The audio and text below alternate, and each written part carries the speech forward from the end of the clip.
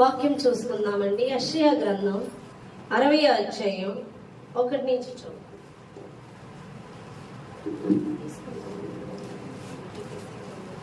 నీకు వెలుగు వచ్చి అన్నది, లెమ్ము తేజరిల్లుము, యెహోవా మహిమ నీ మీద ఉదయించెను.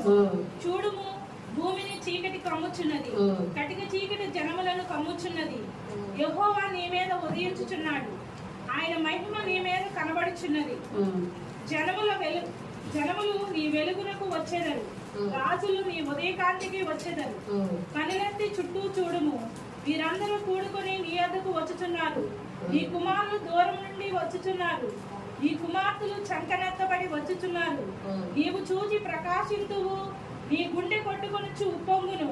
సముద్ర వ్యాపారము నీ వైపు త్రిప్పబడును, జనముల ఐశ్వర్యము నీ యొద్దకు వచ్చును. హల్లెలూయా. నీకు వెలుగు వచ్చినది, లెమ్ము తేజరిల్లుము, యెహోవా మహిమ నీ మీద ఉదయించెను. హల్లెలూయా. దేవుడు ఏమని చెప్తున్నాడంటే, నీ మీదకి వెలుగు వచ్చి ఉన్నది, లెమ్ము తేజరిల్లుము, యెహోవా మహిమ నీ మీద ఉదయించున్నది. మహిమ, దేవుడు ఎక్కడుంటే అక్కడ మహిమ ఉంటది. మహిమ ఎక్కడుందో అక్కడ అద్భుతాలు ఉంటాయి. హల్లెలూయా. మహిమ అక్కడ దిగిందంటే ఖచ్చితంగా అక్కడ అద్భుతము జరుగుతుంది. ఎందుకంటే మనము యోహాను సువార్త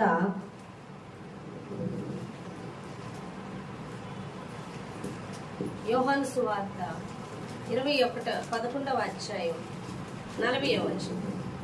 యోహాను సువార్త 11వ అధ్యాయం 40వ వచనం. అందుకు యేసు, నీవు నమ్మిన యెడల దేవుని మహిమ చూతువని. చాలమ్మా. హల్లెలూయా. నీవు నమ్మితే ఏం చూస్తావు? దేవుని మహిమ చూస్తావు. ఎవరిని గురించి నమ్మాలి? అసలు అక్కడ యాక్చువల్ గా జరిగింది ఏంటి? మార్త సహోదరుడు లాజరు చనిపోయాడు. లాజరు జ్వరంగా ఉన్నప్పుడే యేసు ప్రభువు వారు వేరొక చోట ఉన్నప్పుడు ఆమె కబురు పంపిస్తుంది. ఇప్పుడులాగా అప్పుడేమి రైళ్లు లేవు, అవునా కాదా? బస్సులు లేవు, బైకులు లేవు. నడిచే వెళ్ళాలి, లేకపోతే ఏ గాడిదల మీద వెళ్ళాలి, లేదా అటు వెళ్తుంటే ఆ ఊరి వైపు కబురు పంపించేవారు. అలా యేసు ప్రభు వారు మీకు కనిపిస్తే, నువ్వు ప్రేమించున్న సహోదరుడు, నువ్వు ప్రేమించున్న లాజర్కి బాగాలేదని చెప్పమంటారు. చెప్పాక ఆయన ఇంకా నువ్వు కొంచెం లేట్ చేసి రాబోతికి చనిపోవడమో సమాధిలో పెట్టేయడం కూడా జరిగిపోయింది. ఇప్పుడు మార్త వచ్చి అంటుంది, ప్రభువా నీవు గనుక జ్వరంగా ఉన్నప్పుడు వచ్చి ఉంటే బ్రతికేవాడు. కానీ యేసు ప్రభు వారు అంటున్నారు, పునరుత్థానమును జీవమును నేనే, ఇప్పుడైనా ఏమి నేను బ్రతికిస్తానన్నా సరే ఆ మృతులు దేవుని రాకడ వచ్చినప్పుడు జరుగుతుంది కదా అని చెప్పి, అంటే పునరుత్థాన సమయంలో లేపబడతారు కదంట. ఆ పునరుత్థానంలో జీవమును నేనైనా సరే వినదావడం నమ్మట్లే. ఆవిడ యేసు ప్రభు వారు అంటారు, నువ్వు నమ్మితే దేవుని మహిమ చూస్తావు. ఎప్పుడైతే మనము నమ్ముతామో అక్కడ అద్భుతాలు జరుగుతాయి. వెంటనే అక్కడ లాజరు లేపబడడం జరిగింది నమ్మినప్పుడు. హల్లెలూయా. నమ్మితే కనుక నువ్వు దేవుని వాక్కుని, దేవుని మహిమ గల కార్యాలు చూస్తావు, అద్భుతాలు చూస్తావు. దేవుని మహిమ ఎక్కడ దిగుతుందో అక్కడ అద్భుతాలు జరుగుతాయి. అయితే దేవుడు ఏమంటున్నాడంటే, నీ మీదకి వెలుగు వచ్చి ఉన్నది, నీలో మహిమ ఉదయించి ఉన్నది, కాబట్టి లెమ్ము తేజరిల్లుము అని దేవుడు మాట్లాడుతున్నాడు. మహిమ గల దేవుడు ఎక్కడున్నాడు? మనలోనే ఉన్నాడు. ఇప్పుడు దేవుడు ఎక్కడున్నాడండి? మనలోనే ఉన్నాడు. మహిమ గల దేవుడు ఎవరిలో ఉన్నాడు? మహిమ ఎక్కడుంది? మరి అద్భుతాలు జరగాలా వద్దా? హల్లెలూయా. అనా కాదా?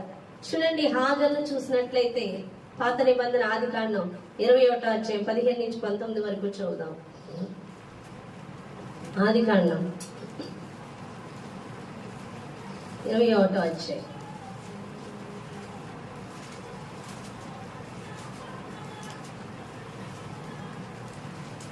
15 నుంచి 19 వచనాలు. ఆ తిత్తిలోని నీళ్లు అయిపోయిన తర్వాత ఆమె యొక్క పొద క్రింద ఆ చిన్నవాణి పడవేసి, ఈ పిల్లవాని చావు నేను చూడలేనని అనుకుని వింటి వేత దూరము వేద దూరము వెళ్లి అతనికి ఎదురుగా కూర్చుండెను. ఆమె ఎదురుగా కూర్చుండి ఎలుగెత్తి ఏడ్చెను. దేవుడు ఆ చిన్నవాని మొరను వినెను. అప్పుడు దేవుని దూత ఆకాశం నుండి హాగరును పిలిచి, హాగరు, నీకేమి వచ్చినది? భయపడకుము, ఆ చిన్నవాడున్న చోటు దేవుడు అని స్వరము విని ఉన్నాడు. నీవు లేచి ఆ చిన్నవాని లేవనెత్తి నీ చేతి పట్టుకొనుము, వారిని గొప్ప జనముగా చేసేదని ఆమెతో అనెను. మరియు దేవుడు ఆమె కనులు తెరచినందున ఆమె నీళ్ల ఊట చూచి వెళ్లి ఆ తిత్తిని నీళ్లతో నింపి చిన్నవానికి త్రాగనిచ్చెను. హల్లెలూయా. ఆమె చిన్నవాని చావు చూడలేక ఇంటి వేత దూరం వెళ్ళిపోయినప్పుడు దేవుని యొక్క స్వరం ఆమె కనుగొని అక్కడ నీళ్లు కనుగొని అక్కడ ఆ కుమారుని బ్రతికించుకోవడం ఇష్మాయేలు జరుగుతుంది. హల్లెలూయా. చూడండి, అమ్మాయి సమస్య వైపు చూస్తున్నంతసేపు దేవుణ్ణి చూడలేకపోయింది, కానీ సమస్యను పక్కన పెట్టి ఇక నా వల్ల కాదు అని దేవుని వైపు చూసినప్పుడు దేవుడు ఎప్పుడైతే ఆమె దేవుని వైపు చూసిందో, ఆయన్ని నమ్మిందో, ఆయన వైపు చూసిందో, ఆయన మహిమగల కార్యం అక్కడ జరిగింది. హల్లెలూయా. అంటే దేవుడు ఎక్కడుంటాడో అక్కడ మహిమ దిగుతుంది, మహిమ ఉన్న చోట అద్భుతాలు జరుగుతాయి. ఆ మహిమగల దేవుడు ఎక్కడున్నాడు? నేను చెప్పింది అర్థమవుతుంది కదా, చాలా స్లోగా చెప్తున్నాను. దేవుడే మహిమై ఉన్నాడు, మహిమే ఆయనే ఉన్నాడు. ఆయన ఎక్కడుంటాడో అక్కడ మహిమ ఉంటది, మహిమ ఉన్న చోట అద్భుతాలు ఉంటాయి. హల్లెలూయా. అద్భుతాలు జరగాలి అంటే నువ్వు నమ్మాలి, ఆయన్ని నమ్మాలి, అప్పుడు ఆయన మహిమగల కార్యాలు జరుగుతాయి. హల్లెలూయా. మనం ఎంతసేపు సమస్యల వైపు వాటి వైపు చూసినంతసేపు మనం నమ్మలేము ఆయన్ని. ఆయన వైపు చూసినప్పుడే, ఆయన వాక్ వైపు చూసినప్పుడే మనం నమ్ముతాము. నమ్మినప్పుడే అద్భుతాలు జరుగుతాయని దేవుడు మాట్లాడుతున్నాడు. అటువంటి అద్భుతాలకు చేసే దేవుడు ఎవరిలో ఉన్నాడు? నీలో, నాలో ఉన్నాడు. హల్లెలూయా. మరి అద్భుతాలు జరుగుతున్నాయా అంటే మన ఎడల అద్భుతాలు జరగట్లేదు. ఎందుకు జరగట్లేదు? ఆ మహిమగల దేవుడు మనలోనే ఉన్నాడు కదా, పాత నిబంధన భక్తుల వలె కాదు కదా, మనలోనే ఆయన ప్రకాశిస్తున్నాడు. నీ మీదకి వెలుగు వచ్చి ఉన్నది, లెమ్ము తేజరిల్లుము, దేవుని మహిమ నీలో ఉన్నదని దేవుడు మాట్లాడుతున్నాడు. కాబట్టి ఆ మహిమగల దేవుడు మనలో ఉన్నప్పుడు మరి ఎందుకు అద్భుతాలు జరగట్లేదంటే మీకు అర్థమయ్యే రీతిలో చెప్తాను. ఒకసారి లైట్స్ ఆఫ్ చేస్తాను, ఫ్యాన్ లైట్.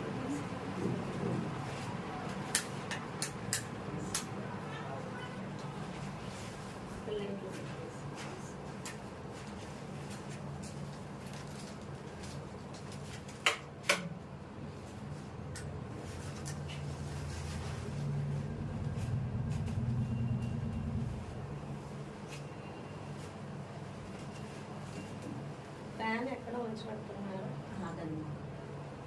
ఆ గదిలో ఉంటే పర్లేదు.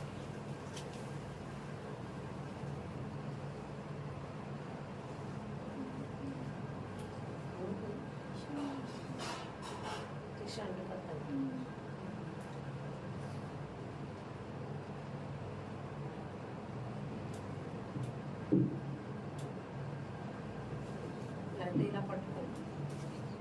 ఎవరు చిన్నపిల్లలు ఎవరు లేరా? ఇలా రమ్మ, ఇక్కడ నుంచున్నాం. ఇలా పట్టు. ఆ గదిలో వేసుకోండి లైట్, ఆ గదిలో వేసుకోండి, ఆ గదిలో లైట్. హల్లెలూయా. చూడండి, దేవుడు నీలో ఉన్న దేవుడు, అవునా కదా? దేవుడు నీలోనే ఉన్నాడు. ఇప్పుడు నీ లోపల ఉన్నాడు ఆయన, అవునా కదా? నీ లోపల ఉన్నాడు, అవునా కదా? ఇప్పుడు ఈ దేవుడు, ఈ మహిమ గల దేవుని మహిమ మనలోంచి బయటికి రాకుండా మనమే ఆపేస్తున్నాం. సపోజ్ ఇప్పుడు ఈ వెలుగు ఉంది, ఈ వెలుగుకి ఏది అడ్డు లేనప్పుడు ఇది ఎలా ఉంది? కనిపిస్తుంది, ప్రకాశిస్తుంది అంతే. అది ఇలా చేతులు మూసేస్తే కనిపిస్తుందా? అంతా చీకటి అయిపోతుంది, అవునా కదా? మొత్తం మూసేస్తే చీకటి అయిపోద్ది, అవునా కదా? లేదా దీని మీద ఏదైనా బోర్లింగ్ చేసామనుకోండి, ఆక్సిజన్ అందక ఈ లైట్ కూడా కొద్దిసేపటికి ఇది ఆరిపోతుంది. లేదు, ఏమీ లేకుండా ఫ్రీగా వదిలేసామనుకోండి, ఇదేమవుతుంది? చక్కగా వెలిగి ఇది అందరూ చూస్తారు, ఈ ప్రకాశాన్ని దీన్ని చూస్తారు, ఆ కాంతి వారి మీద కూడా పడుతుంది. అర్థమవుతుందా? లేదు దీనికి ఏదైనా అడ్డు పెట్టామనుకోండి ఇలాగా, ఏమవుతుంది? కనిపించదు. హల్లెలూయా, అవునా కదా? ఇప్పుడు లైట్స్ వేయండి ఫాస్ట్ ఫాస్ట్. హల్లెలూయా. ఇప్పుడు అర్థమైందా లైట్ కోసం? ఆ లైట్, ఆ దీపం ఎవరై ఉన్నారు? నేను వెలుగై ఉన్నాను అంటున్నాడు. ఆ వెలుగు ఎక్కడున్నది? మనలోనే ఉంది. ఈ వెలుగు మనలో నుండి, అంటే వెలుగు, ఆ మహిమ మనలో నుండి ప్రకాశించాలి. అక్కడ అద్భుతాలు జరగాలి, అక్కడ ఇతర వ్యక్తులకు విడుదల కలగాలి అంటే మనలో నుంచి ప్రకాశించాలి. అంటే మనలోంచి ప్రకాశించాలంటే మనం ఎలా ఉండాలంటే ఒక అద్దం వలె ఉండాలి. కొన్ని షాపింగ్స్ లో అద్దాలు ఉంటాయి, అవునే కదా? మనకి అక్కడ అద్దం ఉందని తెలియదు, ఒక్కొక్కరికి తెలియక కూడా వెళ్ళిపోతే గుర్తేసుకుంటారు, అవునా కదా? అంతగా అటు నుంచి ఇంకా అసలు మధ్యలో అద్దం ఉందని కూడా తెలియనంతగా ట్రాన్స్పరెంట్ గా కనిపిస్తాయి. హల్లెలూయా. అదే అమ్మ, ఆ అద్దానికి ఏదన్నా కలర్ గాని అన్న మసి గాని ఏదన్నా చెడ్డది ఏదన్నా ఆయిల్ గాని ఏదన్నా పూసేస్తాం అనుకోండి, కలర్స్ కనిపిస్తాయా లేదా? ఇక అటువైపు సరిగ్గా కనిపించదు, కలర్ ఏం చేస్తుంది? కనిపించకుండా ఆపేస్తుంది. హల్లెలూయా. అలాగే మనలో ఉన్న ఈ దేవుని మహిమ బయటికి కనబడకుండా, బయటికి పని చేయకుండా, ఆ ప్రకాశం బయటికి రాకుండా మహిమను ఆపేసేది మనమే. చుట్టూ చూడండి, జనములను చీకటి కమ్ముచున్నది గాని యెహోవా మహిమ నీ మీద ఉదయించుచున్నది అంటున్నాడు దేవుడు. దేవుని ఎరగని ప్రజల్లో వారిలో నుంచి మహిమ కనబడడానికి వారిలో యేసు లేడు, యేసుని అంగీకరించలేదు. ఆ వెలుగై ఉన్న యేసు, ఆ మహిమ గల దేవుడిని నువ్వేమో నేను అంగీకరించినప్పుడు నీలో నాలో ఆయన ఉన్నాడు. కానీ ఆయనని మనమే ప్రకాశించనివ్వటం లేదు. ఒక అద్దం వలె మనం ఉండాలి. ఎటువంటి పాపపు డాగు ఉన్నా, పాపపు మచ్చ ఉన్నా ఆ యొక్క వెలుగుని ప్రకాశింపనివ్వకుండా, ఆయన్ని కనబడనివ్వకుండా ఆపేసేది ఎవరు అంటే మన పాపమే, మన శరీర క్రియలే, మన ఆలోచనలే, మన తలంపులే అని దేవుడు మాట్లాడుతున్నాడు. హల్లెలూయా. అద్దం వలె 100% నువ్వు అద్దం వలె అయిపోతే నీలో ఉన్నది క్రీస్తు స్పష్టంగా కనబడతాడు.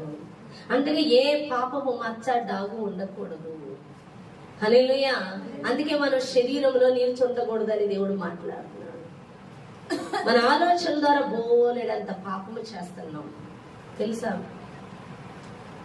నీ ఇంటిని గూర్చి, నీ బిడ్డలను గూర్చి, నీ కుటుంబమును గూర్చి, నీ యొక్క పరిస్థితుల గురించి, నీ ఆర్థిక ఇబ్బందుల గురించి నువ్వు ఆలోచిస్తున్నప్పుడు నువ్వు పాపము చేస్తున్నావు. హల్లెలూయా. దేవుడు అంటున్నాడు, నువ్వు నమ్మిన ఎడల దేవుణ్ణి, ఆయన మహిమ చూస్తావు అంటున్నాడు. మనం దేవుడిని నమ్మడం మానేసి మనం అనేక ఆలోచనలు చేస్తూ ఉన్నాం.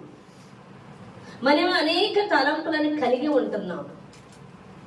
నిన్ను గూర్చి ఆయన ఆలోచిస్తున్నాడని, నిన్ను గూర్చి ఆయన చింతిస్తున్నాడని, గర్భమందు రూపింపబడక ముందే నిన్ను ఎరిగి ఉన్నాడని, నిన్ను రక్షణలోకి నడిపించుట కొరకు, నిన్ను పరలోక రాజ్యమునకు చేర్చుట కొరకు, నిన్ను ఇక్కడ దాకా దారి చూపించి నడిపించిన దేవుడు నిన్ను కాపాడుతాడన్న నమ్మకము లేక నిన్ను గూర్చి ఆలోచన ఎక్కువ చేసుకోవడం, నీ కుటుంబమును గూర్చి, నీ పరిస్థితుల గూర్చి, నీ సమస్యల గూర్చి ఎక్కువ నువ్వు ఆలోచనలు చేస్తుంది పాపము.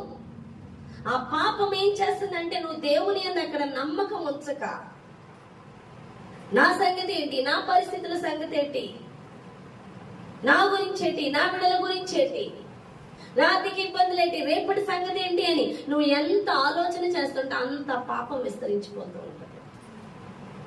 ఆ పాపమే యెహోవా మహిమ నీలో నుండి పని చేయకుండా, ఆ మహిమను చూడకుండా, ఆ మహిమ గల అద్భుతాలు ఆశ్చర్యకార్యాలు చూడకుండా ఆ పాపం ఏమైపోతుంది? కప్పేస్తుంది దేవుని మహిమను. అర్థమైందా? హల్లెలూయా. అందుకే నువ్వు దేవుని నమ్మేవా? ఇక మాట్లాడద్దు. దేవుడు చేస్తాడని నమ్మేవా? ఇక నువ్వు మాట్లాడద్దు. అందుకే హాగర్తో అందుకే మార్తతో చెప్తున్నాడు, మార్త నువ్వు నమ్మిన ఎడల దేవుని మహిమ చూస్తావు. నువ్వు నమ్ము, అప్పుడు ఆయన అద్భుతాన్ని చూస్తావు. నీ పరిస్థితి ఏదైనా ముందు ఆయన్ని నమ్ము. ఆయన చేయగలడని నమ్ము, ఆయన రక్షించగలడని నమ్ము, ఆయన కాపాడగలడని నమ్ము, ఆయన దీవించగలడని నమ్ము, ఆయన పరిస్థితులను మార్చగలడని నమ్ము. అప్పుడు ఆ మహిమ గల కార్యం చూస్తాం. ఎందుకంటే ఆయన నీలో ఉన్నాడు. జనములు చీకటిలో ఉన్నారు అనగా వారు చీకటిలో ఉండడానికి గల కారణము బయట వెలుతురు గురించి మాట్లాడట్లేదు. వారిలో వెలుగై ఉన్న దేవుడు లేడు వారి హృదయాల్లో. కాబట్టి ఆ జనములు చీకటిలో ఉన్నారు, కానీ నీవెక్కడ ఉన్నావు అంటే నువ్వు వెలుగులో ఉన్నావు. యెహోవా మహిమ నీ మీద ఉదయించి ఉన్నది. మహిమ గల దేవుడు నీలో ఉన్నాడు. ఆ మహిమ నీవు నమ్మిన యెడల మహిమను, ఆ అద్భుతాలు నీ జీవితంలో జరగాలంటే నువ్వు పాపము చేయకుండానట్లు నీ ఆలోచన ద్వారా, నీ తలంపుల ద్వారా, నీ మాటల ద్వారా పాపము చేసి ఆ దేవుని మహిమ గల అద్భుత కార్యాలు నువ్వే ఆపేస్తున్నావు. నీ అనుమానమే, నీ అవిశ్వాసమే, నీ చింతే, నీ ఆలోచనలే దేవుని కార్యము జరగకుండా ఆపివేస్తున్నాయి. చాలా మంది చర్చిలకు రారు, చాలా మంది ప్రార్థన చేయరు, వాక్యం వినరు. సమస్య తీరిపోతే దేవుడా నీ దగ్గరికి వస్తాను. ఎలా తీరుతుంది సమస్య? సమస్య తీరాలంటే విశ్వాసం ఉండాలి. విశ్వాసం ఉండాలంటే దేవుని మీద నమ్మిక ఉండాలి, నమ్మకం రావాలి. ఎప్పుడు వస్తుంది ఆ నమ్మకం? వాక్యం వినడం వల్ల వస్తుంది. ఏం వినడం వల్ల? వాక్యం వినడం వల్ల. శాతాన్ ఎంత ప్రభావంగా పనిచేస్తుందో తెలుసా? ఏదో 5 నిమిషాలు వాక్యం చదివేసి అనే విశ్వాసం ఇచ్చేసేయాలి అంటే నీ విశ్వాసాన్ని కూలగొట్టడానికి అనేక పరిస్థితులు నీ ముందు పెడుతుంది. నీ బలహీనతలు అది ఎరిగి, నీ భయాలు అది ఎరిగి, నువ్వు దేనికి పడిపోతావో, దేనికి ప్రలోభపడతావో అవన్నీ నీ ముందు పెట్టి నిన్ను ఆ వాక్యం నుంచి తప్పించడానికి అది సమర్థత కలిగింది. హల్లెలూయా. నువ్వు తిండి వల్ల పడిపోతావా? తిండి నీ ముందు పెడుతుంది. డబ్బు వల్ల పడిపోతావా? డబ్బు నీ ముందు పెడుతుంది. భయమ, సమస్య, మనుషుల బలహీనతల, సినిమాల, శరీరాశుల, బంగారమా, వస్త్రాల, కోరికల, కామవాంఛల, ఏది నీవు పడిపోతావో అది నీ ముందు పెట్టి నేను లాగగలదు. అందుకే మనం ఎక్కువ వాక్యమునందు గడపాలి. చాలా మంది అనుకుంటారు ఎక్కువ నేను దీవించబడిపోవాలంటే ఎక్కువ కష్టపడిపోవాలనుకుంటారు, ఎక్కువ శ్రమ పడిపోవాలనుకుంటారు. నువ్వు ఎక్కువ కష్టపడిపోవడం వల్ల, ఎక్కువ శ్రమ పడిపోవడం వల్ల నువ్వు దీవించబడవు, కానీ నీ విశ్వాసాన్ని కాపాడుకోవాలి. నువ్వు ప్రతి దినము దేవుని నమ్మడం ద్వారా మహిమ గల కార్యాలు నువ్వు చూస్తావు అని దేవుడు మాట్లాడుతున్నాడు. నమ్మికలో ఉంది. నువ్వు చేసే పనిలో గాని, నువ్వు కష్టపడే విధానంలో గాని, నీ యొక్క ఆలోచనలు చేయడం వల్ల గాని నువ్వు ఫలించవు. నువ్వు ఫలించాలంటే ఒక్కటే, నీలో ఉన్న జీవం కలిగిన వెలుగై ఉన్న మహిమ గల దేవుణ్ణి నమ్మిక ఉంచాలి. ఆ మహిమ విడుదల చేయనివ్వాలి. నువ్వు పాపము చేత ఆ వెలుతుని రానివ్వకుండా కప్పేస్తున్నావు, మూసేస్తున్నావు. నువ్వు అనేకమైన ఆలోచనలు, అనేకమైన చింతలు, అనేకమైన భయాలు, ఆందోళనలు, సొంత ఆలోచనలు ఇవన్నీ చేస్తున్నప్పుడు దేవుని మహిమ కనబడకుండా మూసేస్తున్నావు.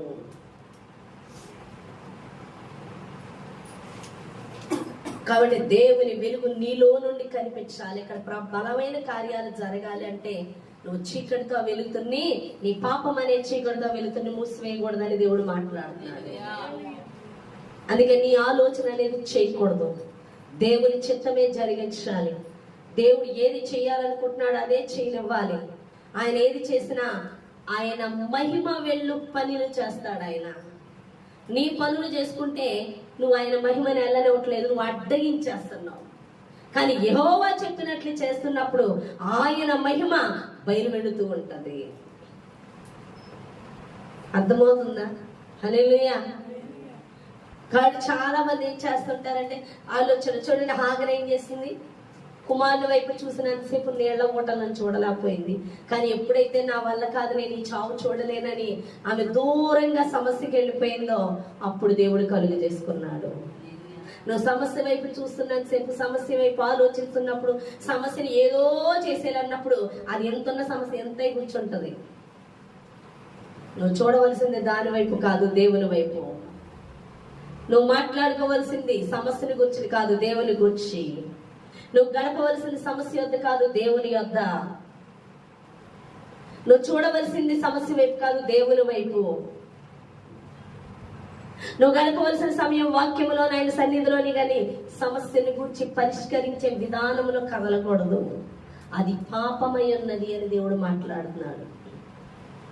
దేవుని చిత్తము కానిది ఏదో, నువ్వు దేవుని మీద విశ్వాసం ఉంచనిది ఏదో, అది పాపమై ఉన్నది అని దేవుడు మాట్లాడుతున్నాడు. బట్ ఈ రోజు అనేక పాపములు కలిగి నేను ఏ పాపము చేయట్లేదే, నన్ను ఎందుకు దీవించట్లేదు, సమస్య గురించి విపరీతంగా చింతిస్తూ ప్రభువా ఈ సమస్యను ఎందుకు తీర్చట్లేదని అడుగుతావు. నువ్వు అక్కడ చింతించడానే పాపం చేస్తావు, సమస్యని గురించి ఆలోచించడానే పాపం చేస్తావు, దానికి పరిష్కారం ఏంటి అని పాపము చేస్తున్నావు. కానీ దేవుని మీద విశ్వాసం ఉంచట్లేదని దేవుడు మాట్లాడుతున్నాడు. హల్లెలూయా. మార్త అంటే 4 దినములైపోయింది మరణించి, ఎలాగా జరగదు ఇది. అది అనారోగ్యంతో వచ్చినప్పుడు నువ్వు ఉంటే బాగుపడేవాడు, స్వస్థపడేవాడు అని మాట్లాడితే, యేసుప్రభువు వారు విస్తారంగా మాట్లాడితే కోపం వచ్చి అంటాడు, నువ్వు నమ్మితే దేవుని మహిమ చూస్తావు అని.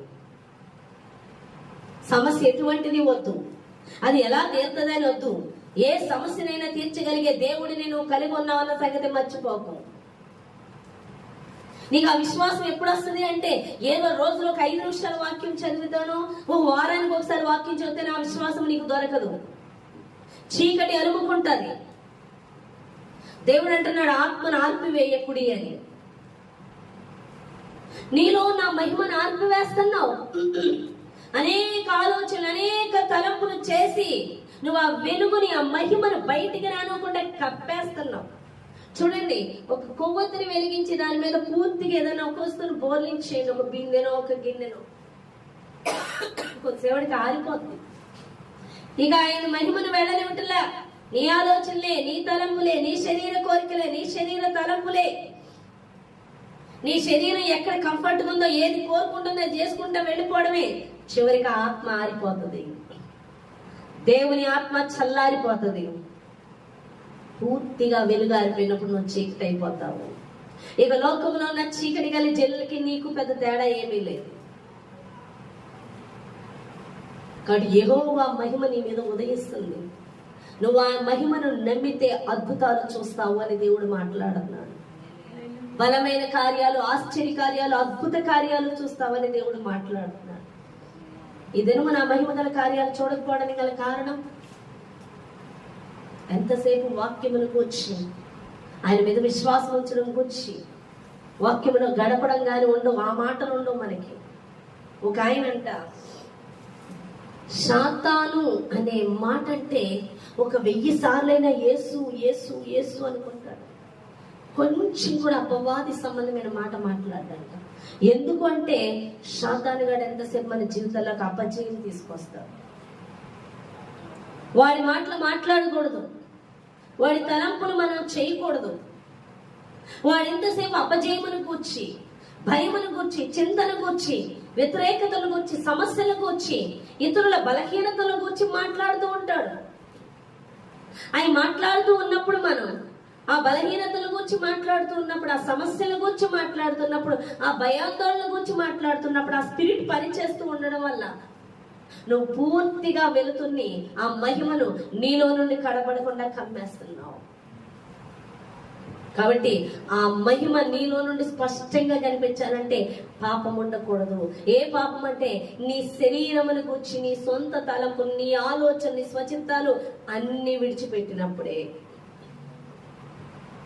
చాలా మంది వాక్యం చదవడానికి వంక ఖాళీ లేదు. రేపు పొద్దున నువ్వు ఉండవు అంతే, అక్కడ ఖాళీ అని అంట నరకంలో. రోజుకి ప్రార్థన చేయొచ్చు, తీరిక లేకుండా పగలు రాత్రి నైట్ అవుట్లు తెగ చేస్తాం అక్కడ. ఎందుకంటే కాలుతూ ఉంటాం కాబట్టి నరకంలో. అర్థమవుతుందా? ఇక ఒకటే నైట్ అవుట్లు, ఒకటే ఏడుపులు, కన్నీటి ప్రార్థన బాగా వస్తుంది అక్కడ. ఇక్కడ రావట్లేదేమో నీకు కన్నీటి ప్రార్థన, ఇక్కడ సమయం లేదేమో వాక్యం చదవడానికి, ఇక్కడ సమయం లేదేమో నీకు ప్రార్థన చేయడానికి. అర్థమవుతుందా? అక్కడ ప్రార్థన చేసుకుందాం ఒకటే పని కింద, ఒకటే ఏడుస్తూ ప్రార్థన చేద్దాం. చాలా మంది అంటారు బిజీ బిజీ బిజీ. దేనికి బిజీ? పనికిరాని బిజీ. దేవుడి దగ్గర గడిపే విలువైన సమయం కన్నా నీది విలువైందా? ప్రపంచాన్ని సృష్టించిన సృష్టికర్త దగ్గర గడపడం నీకు బిజీయా? నువ్వు ఎంత బిజీగా చేసుకున్న దేవుని సన్నిధిలో గడిపేటప్పుడు వచ్చే ఆ అద్భుతాలు, ఆ మహిమ గల ఫలము నీవు కష్టపడ్డం వల్ల రాదు. హల్లెలూయా. మీరు చైర్లో కూర్చోండి, ఇబ్బందిగా ఉంటే చైర్స్ లేవు అక్కడ, కూర్చోండి మీకు ఇబ్బందిగా ఉంటుంది. హల్లెలూయా. అర్థమవుతుందా మీకు? కాబట్టి దేవుని మహిమను మనలో నుంచి ఉదయింప చేయకుండా, ఆ దేవుని అద్భుతాలు మన ద్వారా జరగకుండా, దేవుడు మనం ఎక్కడుంటే అక్కడ దేవుడు మహిమ గల కార్యాలు జరగకుండా ఆపేది ఎవరు అంటే మనమే. చూడండి, యేసు ప్రభు వారు పుట్టినప్పుడు ఆమె గర్భము ధరించిన తర్వాత ఆమె ఎప్పుడైతే కన్నదో, డెలివరీ అయిందో, దేవుని మహిమ స్థలం అంతా కమ్మేసుకుంది. అక్కడికి ఎవరు వచ్చారు? జ్ఞానులు వచ్చారు. ఏం తెచ్చారు? బంగారము, బోళము, సాంబ్రాణి. హల్లెలూయా. వచ్చిందా లేదా అక్కడికి? ఎవరు వచ్చి సాగిలపడ్డారా మహిమ యొద్దకి? జ్ఞానులు వచ్చారు. అక్కడికి ఏం తీసుకురాబడింది? సంపద తీసుకురాబడింది. హల్లెలూయా. మరి మహిమ గల దేవుడు నీ యొద్ద ఉన్నప్పుడు ఆ సంపద నీ యొద్దకి రాదా? ఆశీర్వాదం నీ యొద్దకి రాదా? జనములు నీ యొద్దకి రారా? అదే చెప్తున్నాడు దేవుడు. 60 నుంచి చదువు. నీకు వెలుగు వచ్చినది. 61 నుంచి చదవండి.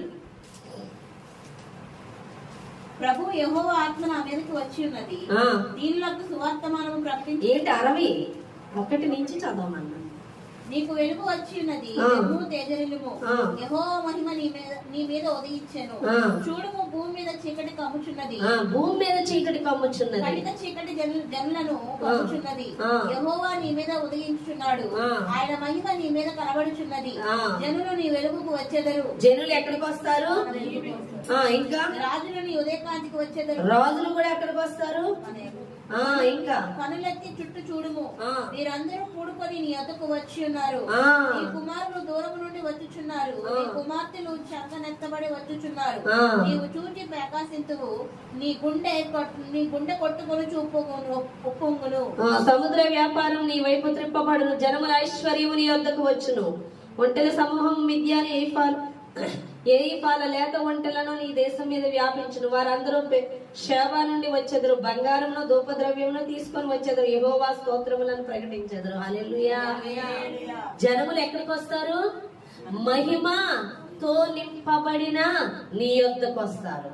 ఈ మహిమను ప్రకాశింపనీస్తే, నీ పాపమును మాని ఆయన మీద నమ్మకం ఉంచి అడుగులు వేస్తూ ఉంటే, ఆ మహిమ ప్రకాశిస్తూ ఉన్నప్పుడు జనములు నీ యొద్దకు వస్తారు. జనముల ఐశ్వర్యము నీ యొద్దకు వస్తుంది. రాజులు వస్తారు, గనులు వస్తారు, అందరూ వస్తారు నీ యొద్దకి. రోజు నీ వల్ల ఆత్మలు కదలడం లేదు, నీలో ఉన్న దేవుని మహిమ ద్వారా అద్భుతాలు జరగట్లేదు, నువ్వు ఆశీర్వదింపబట్టలేదు అంటే, ప్రభువా నన్ను ఎందుకు ఆశీర్వదింపబట్టలేదంటే, దేవుడు ఏమంటున్నాడంటే, సమస్తమును ఎవరిలో ఉన్నవి? యేసులోనే ఉన్నవి. ఆ యేసులో ఉన్న సమస్తము కలిగి ఉన్న యేసునే నీకు ఇచ్చేసాడు దేవుడు. ఆయన నీలో ఉన్నానని చెప్తున్నాడు. నీలో ఉన్న దేవుని ద్వారా సమస్తాన్ని నువ్వు పొందుకుంటున్నావు అంటే పొందుకుంటం లేదు. కారణం ఏంటంటే నమ్మిక ఆయన మీద ఉంచట్లేదు, నీ మీద ఉంచుకుంటున్నావు. నువ్వు పూర్తిగా మరణించాలి. నువ్వు మరణించాలి. నువ్వు మరణించినప్పుడే నీ ఆలోచనలు చస్తాయి. నువ్వు మరణించినప్పుడే నీ శరీరమును గురించిన ఆలోచనలు చస్తాయి.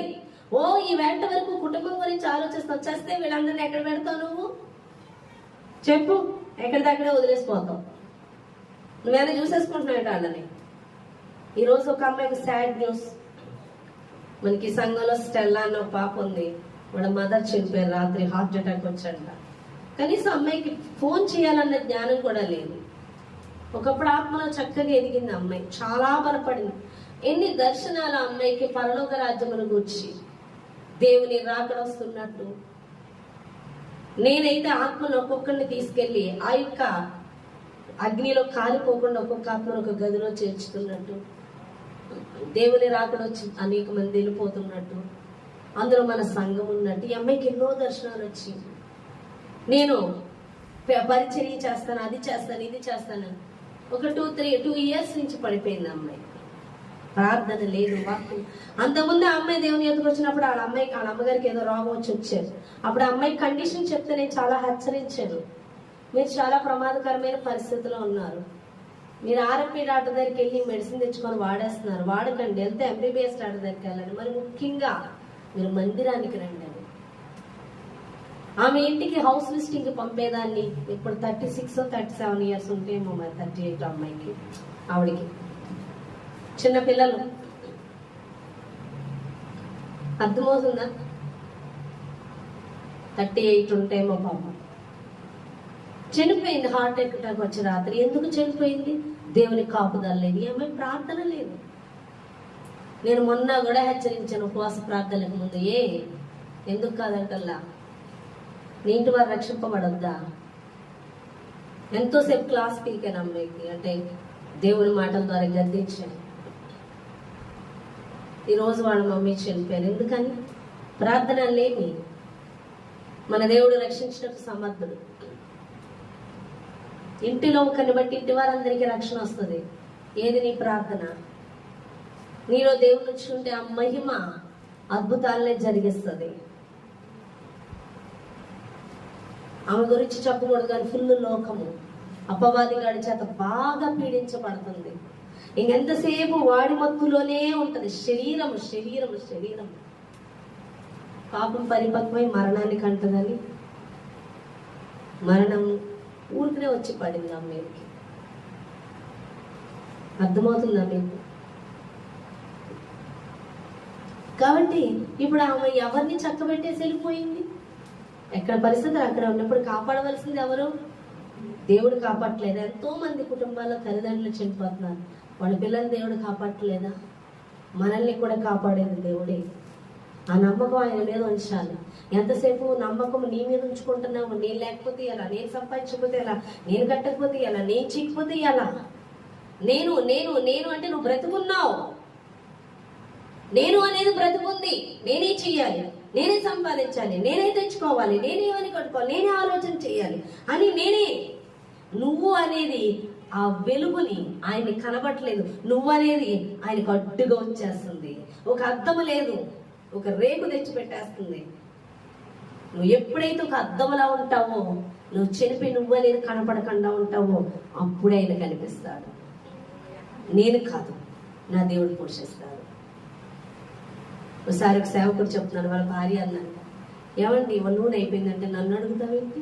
దేవుణ్ణి అడుగు. నీకు తెలీదా మనం ఎవరి చేత పోషింపబడుతున్నాం? యెహోవా చేత పోషింపబడుతున్నాం. హల్లెలూయా. ప్రార్థన చేయి. మమ్మీ గారు అడుగుతుంటారు, పిల్లలు మా డాడీ గారు రిజైన్ చేసి వచ్చాక ఫీజు కాదు నన్ను అడుగుతారేంట్రా? మీ పరలోకపు తండ్రిని అడగండి, నేను కానీ చేస్తానా? చిన్నప్పటి నుంచి తల్లిదండ్రులు వాళ్ళకి నేర్పారు, మమ్మీ గారు అని పిల్లలకి.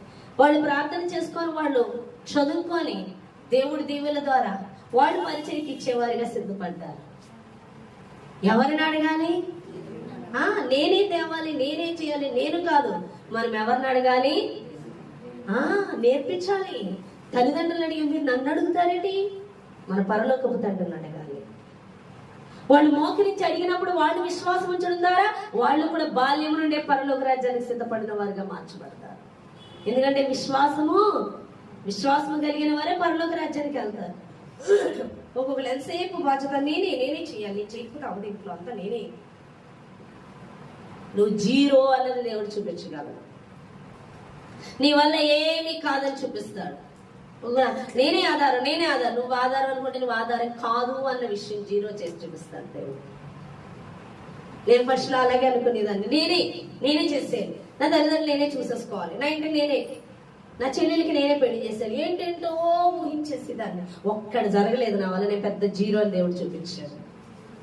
నేను అప్పుడు ప్రార్థన చేసేదాన్ని, ప్రభా నా తల్లిదండ్రులు కాపాడు, నా చెల్లెలకి వివాహాలను వచ్చి నేనేమీ చేయలేను ప్రభా, నేను జీరో ప్రభా, నా వల్ల కాదు ప్రభా అని అడిగినప్పుడు అక్కడ అద్భుతాలు జరిగాయి.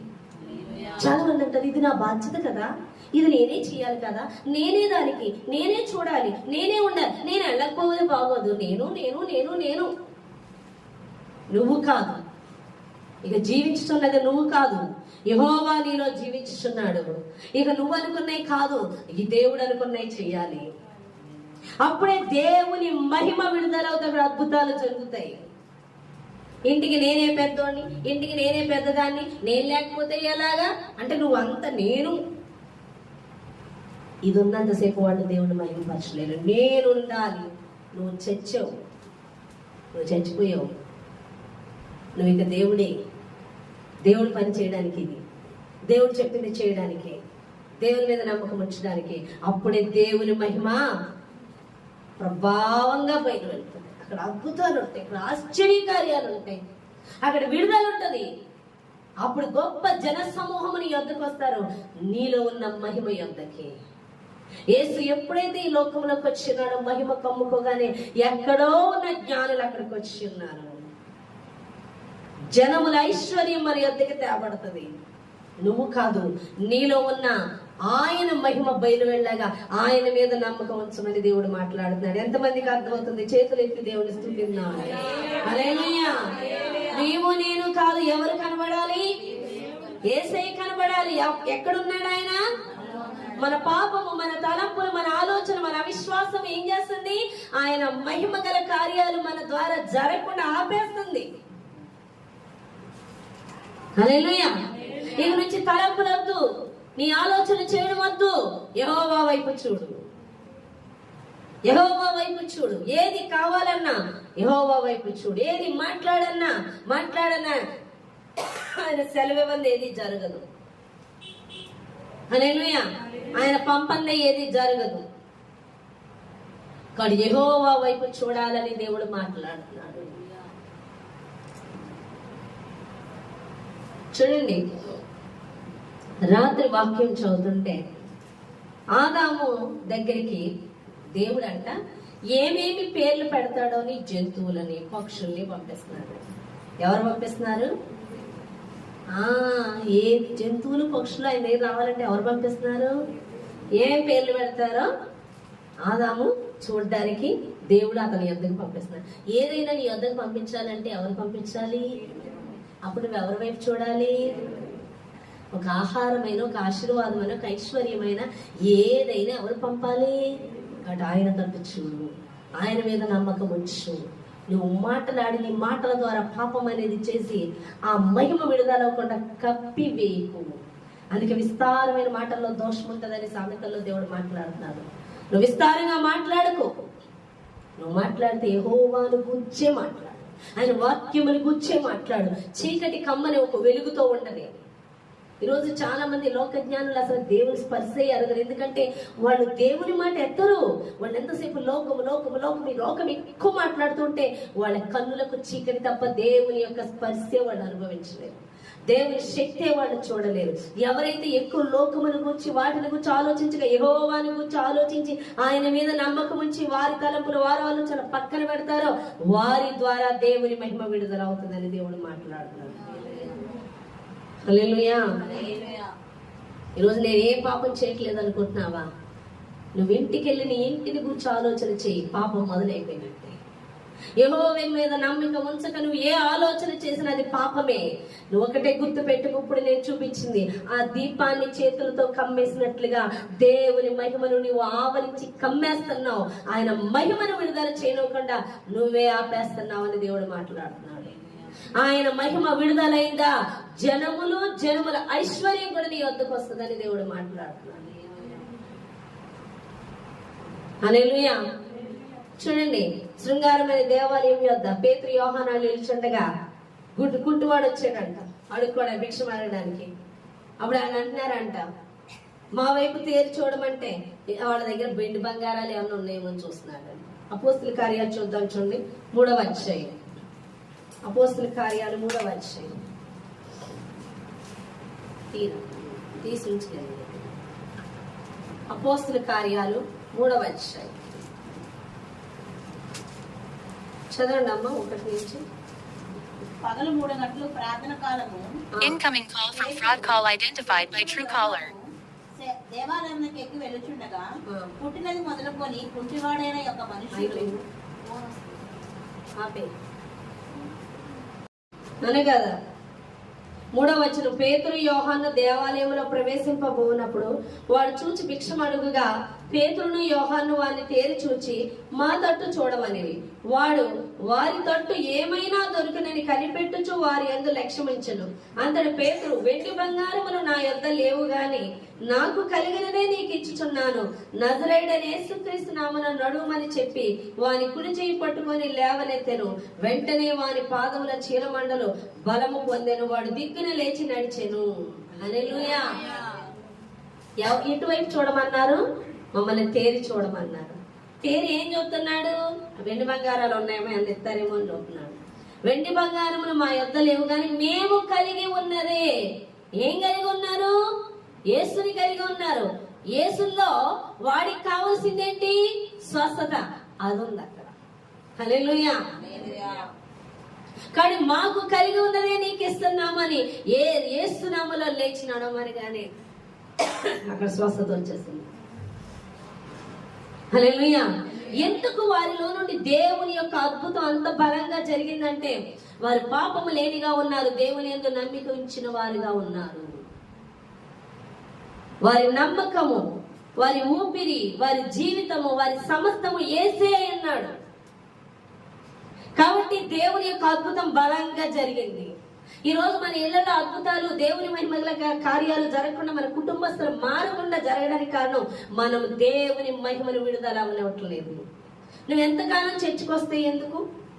నువ్వు దేవుని మీద విశ్వాసం ఉంచినప్పుడు, నీలో ఉన్న దేవుని మహిమను బయలుపడాలనివ్వనప్పుడు, ఆ మహిమ మీద ఆయన మీద నమ్మకం ఉంచినప్పుడు అక్కడ అద్భుతాలు జరగవు.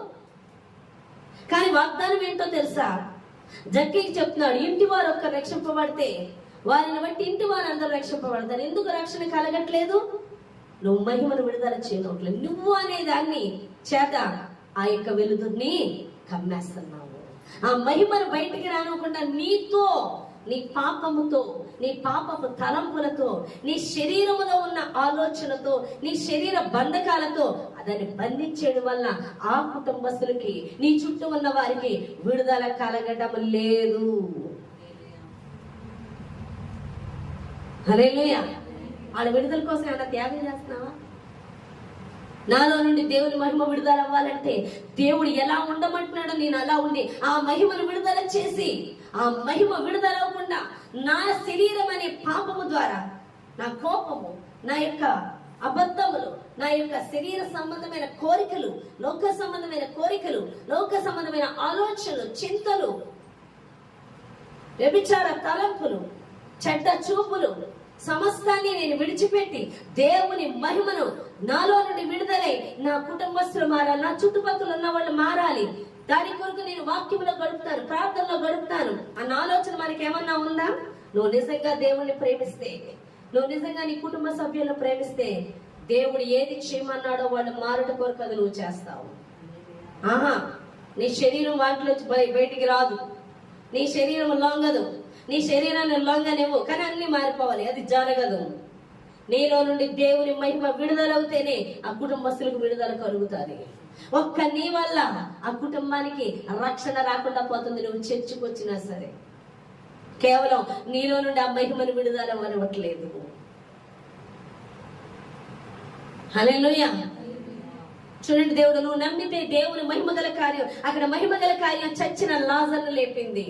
నువ్వు దేవుని నమ్మితే, నీలో ఉన్న దేవుని విశ్వసిస్తే, నువ్వు శరీర సంబంధమైన విషయాల్లో చచ్చిపోతే, నువ్వు దేవుణ్ణి మహిమని విడుదల చేసినట్లయితే నీ చుట్టూ ఉన్న చచ్చిన వారు బ్రతుకుతారు ఆత్మలని దేవుడు మాట్లాడుతున్నాడు. నిజంగా నాలో మహిమ ఉంటే చచ్చిపోయిన శవం లెగిస్తే బాగుండేమో అనుకుంటున్నావేమో. చచ్చిపోయిన శవం కాదు లేవలసిన, శరీరంలో చచ్చిపోయిన వాళ్ళు కాదు. చాలా మంది ఆత్మలో చచ్చిపోయిన వాళ్ళు ఉన్నారు. నీ చుట్టూ ఆత్మలో చచ్చిపోయిన అనేక జనం ఉన్నారు. నీ కుటుంబంలో, నీ చుట్టుపక్కల వాళ్ళు బ్రతకాలి. నీలో ఉన్న ఆత్మ, నీలో ఉన్న దేవుని మహిమ అనేక మంది శరీర సంబంధాన్ని ఆత్మ సంబంధాలుగా మార్చాలి. ఆత్మలో చనిపోయిన వారందరినీ బ్రతికించాలి. దాని కొరకు నీ మహిమ విడుదల అవ్వాలని దేవుడు మాట్లాడుతున్నాడు. ఎంతమందిని కదిలిస్తున్నావు? నీ కుటుంబ సభ్యులు కదులుతున్నారా? నువ్వు విశ్వాసం ఉంచక అవిశ్వాసం ద్వారా నువ్వు పాపము చేస్తూ ఆ మహిమను విడుదల అవ్వట్లేదు. దేవుని యందు నీ నమ్మకం ఉంచలేక దివారాత్రులు దావీదు వలె వాక్యం చదవట్లేదు. బిజీ, దావీదు కన్నా బిజీ మనం. ఒక రాజు పిచ్చోడు జ్ఞానం లేని రాజేమో అందుకే దివారాతులు బైబిల్ పట్టుకుని ఉన్నాడు. ఇక యుద్ధము లేక, నేర్పరితనము లేక, లౌక్యము లేక, లోక జ్ఞానం తెలుసుకోక న్యూస్ పేపర్ చదవడం అనే పక్కన పెట్టి బైబిలే చదువుతున్నాడు. తెలివి తక్కువ ఈ రోజు మనకి జ్ఞానం ఎక్కువైపోయింది కాబట్టి ఫ్రెండ్స్ తో గడుపుతాం, మనుషులతో గడుపుతాం, చాటింగ్ లో ఉంటాం, పేపర్ తో గడుపుతాం, సొల్లు చెప్తాం బయటికి వెళ్ళి, తప్ప బైబిల్ చదవడానికి టైంలే. తినడానికి ఉంటది, పడుకోవడానికి ఉంటది, బాత్రూమ్కి వెళ్ళడానికి ఉంటది, అన్ని కార్యాలకే టైం ఉంటది, కానీ బైబిల్ చదవడానికి టైం ఉండదు. ఎందుకు ఉండనివ్వటలే? శాతాను నమ్మితే దేవుని మహిమ గల కార్యాలు జరుగుతాయి కాబట్టి. వాక్యము చదవవు, ప్రార్థన చేయవు, శరీర కార్యాలు చంపుకోవు, కానీ కుటుంబం మీద చాలా ప్రేమ. నీకు ప్రేమ ఉందంటే చాలా ప్రేమతో వాళ్ళకి డబ్బులు ఖర్చు పెట్టేస్తాం, వాళ్ళకి హెల్పింగ్ చేసేస్తాం, గుడ్డివాడు అట్లా నడుస్తుంటే చేయబట్టుకొని నడిపించేస్తాం, రోడ్డు దాటించేస్తాం. మరి నలుగురు చూసే కార్యాలు కదా, ఎవరైనా అప్పులు అడిగితే హెల్ప్ చేసేస్తుంటాం. అంత ప్రేమ అంటే మోకరించి ప్రార్థన చేయి, అదే నిజమైన ప్రేమ. అంత ప్రేమ అంటే దివారాతుల వాక్యం చదువు. నా కుటుంబాన్ని నేను ప్రేమించాను, నేను ప్రేమ కలిగిన దాన్ని కాబట్టి ప్రార్థన చేసి దేనికి పడితే దానికి లొంగి ఆ మనుషులు విడుదల పొందుకోవాలంటే నేను ఏ విధంగా లొంగిపోను చెప్పు ప్రభు. అది కుటుంబ సభ్యులకే కాదు, వీరందరూ నీ అక్క చెల్లెలు కాదు, వీళ్ళందరూ నీ అన్నదమ్ములు కాదు అని దేవుడు ప్రతి ఒక్క జనాంగాన్ని చూపించడం మొదలు పెట్టాడు. ఎంత టైం ఇస్తున్నావు దేవునికి? నీకు అంత ప్రేమ, అంత జాలి, అంత మంచి వ్యక్తివైతే, చాలా మంచి వ్యక్తివి, చాలా మంచితనం మనలో ఉంది, చాలా ప్రేమ. మనకి మనమే పూడేసుకుంటాంగా. నువ్వు చావు ముందు నువ్వు చచ్చిపో, దేవుని కనపడను. నీ సమస్యలు చచ్చిపోతే నీతో పాటు, నీ ఆలోచనలు చచ్చిపోతాయి, నీ శరీర కోరికలు చచ్చిపోతాయి, దేవుడు మహిమతో ప్రకాశిస్తాడు నీలో నుండి. అనేక జనము చచ్చిన, ఆత్మలో చచ్చిన వారు బ్రతుకుతారని దేవుడు మాట్లాడుతున్నాడు. ప్రతి ఒక్క జనాంగము నీ మహిమ యొద్దకు వస్తారు. జనముల ఐశ్వర్యం నీ యొద్దకు తేబడుతుంది. లేమి అనేది నీ వద్ద ఉండదు. సమస్తమును కలిగిన యేసు నీలో ఉన్నాడు. ఆయన విడుదల ఇవ్వకుండా నీ పాపం అనేది కప్పివేస్తున్నావు. ఒక అవిశ్వాసం ద్వారా, ఒక శరీర క్రియల ద్వారా, ఒక సమస్యల వైపు చూడడం ద్వారా, ఒక శరీరంలో బంధింపబడడం ద్వారా నిన్ను గురించి, నీ కుటుంబం గురించి, నీ చుట్టూ ఉన్న పరిస్థితుల గురించి ఆలోచించి విస్తారమైన పాపం చేస్తున్నామని దేవుడు మాట్లాడుతున్నాడు. అందుకే అన్నాడు, మార్త నువ్వు అనేకమైన పనులు పెట్టుకున్నావేమో గాని మరియ ఉత్తమమైనది చేస్తున్న పాదాల దగ్గర ఉంది. ఈరోజు నువ్వు ఎక్కడున్నావు? ఎక్కడున్నాయి నీ తలంపులు? నీలో ఉన్న మహిమ గల దేవుని ఆ ప్రభావాన్ని, ఆ మహిమను విడుదల వస్తున్నావా? నీ కుటుంబంలో అద్భుతాలు చూడగలుగుతున్నావా? నిన్ను బట్టి అనేక మంది చచ్చిన వారు ఆత్మలో బ్రతుకుతున్నారా? అలా బ్రతికినప్పుడే నువ్వు ఆయన్ని మహిమను విడుదల చేసిన వ్యక్తిగా నువ్వు ఉంటావు. ఆయన నీలో నుండి మహిమ గల కార్యాలు చేయడానికి నువ్వు పూర్తిగా అప్పగించుకుని, ఒక అర్థం వల్ల ఆయనకు అప్పగించుకున్న వ్యక్తిగా నువ్వు ఉన్నావు అనేది దేవుడు మాట్లాడుతున్నాడు. పాపం అంటే ఏదో పాపాలు చేసేవాడు చూడకు. పాపం అంటే ఏదన్నా ఒకటే. పాపం అంటే పెద్ద పాపం, చిన్న పాపం, ఘోర పాపం అని ఏం లేవు. పాపాలన్నీ ఒకటి. ఒక్క బూతు మాట మాట్లాడినా, ఒక కబద్ద మాట్లాడినా, ఒక నరహత్య చూసినా, ఒక వ్యభిచారం చేసినా అన్ని సమానమే. అమ్మోడు వ్యభిచారం చేసేస్తారు పాపం అంటే నువ్వు అబద్ధం ఆడుతున్నావు, అది ఇది ఒకటే అని దేవుడు మాట్లాడుతున్నాడు. కాబట్టి ఆన్లైన్ ఆశ్రయించుకోకర్లొద్దు. ముందు నీ సంగతి చూసుకో. నీ తలంపుల ద్వారా పాపం, నువ్వు ఏదైతే చేస్తున్నావు అది పాపమే. కాబట్టి దేవుని మహిమను విడుదల అవనకుండా నీ పాపము ద్వారా కమ్మేస్తున్నావు. అందుకే ఆత్మను ఆర్పకుడి అని దేవుడు మాట్లాడుతున్నాడు. చూడు, ఒక కొవ్వొత్తి మీద ఒక గిన్నె ఏదో ఉంచి ఆ డబ్బా మూతేస్తావు అనుకోండి, గాలి రాకుండా ఏమైపోద్ది? ఒక 2 minutes ఆక్సిజన్ ఉన్నంతసేపు వెలుగుతుంది, వెంటనే టప్పున ఆరిపోద్ది. తెలుసా? చిన్నప్పుడు ఆ ప్రయోగాలు చేయిస్తారు, గాజు గ్లాస్ మూత ఇస్తారు, వెంటనే ఆరిపోద్ది. అలాగే దేవుని యొక్క మహిమను విడుదలకుండా నీ పాపము చేత కమ్మేస్తూ ఉంటే కొద్ది రోజులకి దీపం మారిపోద్ది. అందుకే ఆత్మను ఆరిపోద్దు అని దేవుడు మాట్లాడుతున్నాడు. నీలో ఉన్నది ప్రభావంగా విడుదల, అద్భుతాలు జరగాలి, అక్కడ ఆశ్చర్యాలు జరగాలి. చచ్చిన వారు లేపబడాలంటే లాజర్ లేపబడినట్లు శవాల దగ్గరికి వెళ్దామని కాదు. నీ చుట్టూ ఆత్మలో చచ్చిన వాళ్ళు అనేక మంది ఉన్నారు. వారిని లేపుటయే నీ ద్వారా దేవుని ఆత్మను మహిమను విడుదల చేశాడు. జనములు నీ యొద్దకి, వారి ఐశ్వర్యం నీ యొద్దకు వస్తుందని దేవుడు మాట్లాడుతున్నాడు. హల్లెలూయా. కాబట్టి ప్రతి ఒక్కరు కూడా మోకరించి ప్రార్థన చేద్దాం. ఆత్మను ఆర్పేస్తున్నామా? యెహోవా మహిమను కప్పేస్తున్నామా నేను అనే ఆలోచనతో, తలంపులతో, శరీరంతో? లేదా ఆయన మహిమను ప్రభావంగా మనలో నుంచి బయలు వెళ్ళెత్తున్నామా? అద్భుతాలు జరుగుతున్నాయా? ఆత్మలో చనిపోయిన వారు బ్రతుకుతున్నారా? నీవు నమ్మిన ఎడల దేవుని మహిమను చూస్తావు. నీలో ఉన్న దేవుని నమ్మిన ఎడల నువ్వు అద్భుతాలు చూస్తావని దేవుడు మాట్లాడినాడు. ఆ రోజు లాజరే కాదు, ఈ రోజు ఆత్మలో చనిపోయిన వాళ్ళు అనేకులు నీ ద్వారా బ్రతుకుతున్నారా? నీలో దేవుడు ఉన్నాడు. చీకట్లో ఉన్న జనులు అంటున్నారు వాళ్ళకి యేసు ప్రభువు తెలీదు, కానీ నీకు తెలుసు. నువ్వు ఆయనతో నింపబడి ఉన్నావు, కానీ వాళ్ళకి నీకు తేడా లేనట్లుగా ఆయన మూసేస్తావు. ఆయన ఆత్మను ఆర్పేస్తున్నావు, కానీ నీ శరీర క్రియలు చావట్లేదు, నీ ఆలోచనలు చావట్లేదు, నీ అనుమానాలు చావట్లేదు, నీ అవిశ్వాసాలు చావట్లేదు. నేనే చేయాలి, నా వల్లే అవుతుంది, నాదే, నేననేది లేదు. నేను చచ్చిపోయాను. నా మంచితనం, నా తెలివితేటలు, నా బలము, నా శక్తి, నా జ్ఞానము, అవన్నీ నువ్వు ఇంకా బ్రతుకున్నావు. నువ్వు బ్రతుకున్నంతసేపు యెహోవా మహిమ బయలు వెళ్ళదని దేవుడు మాట్లాడుతున్నాడు. యెహోవా మహిమ బయలు వెళ్ళాలంటే నువ్వు మరణించాలి. క్రీస్తులో నువ్వు సిలువలో మరణించాలని దేవుడు మాట్లాడుతున్నాడు. అందుకే దేవుని మహిమ బయలు వెళ్ళట్లేదు. అందుకే నశించుచున్న ఆత్మలో విడుదల పొందుకోవట్లేదు. నశించు ఆత్మలు బతకాలంటే నువ్వు చెల్లిపోవాలి. దేవుని మహిమ విడుదల అవ్వాలని దేవుడు మాట్లాడుతున్నాడు. ఇంతవరకు చేసిన అపరాధాలను క్షమించమని అడుగున్నావు. దేవునికి నువ్వు పడదాం. అదేవిధంగా బలం కూడా సిద్ధపడతామండి. ప్రార్థన చేయండి. ద్వారక గారు ప్రేర్ చేయండి.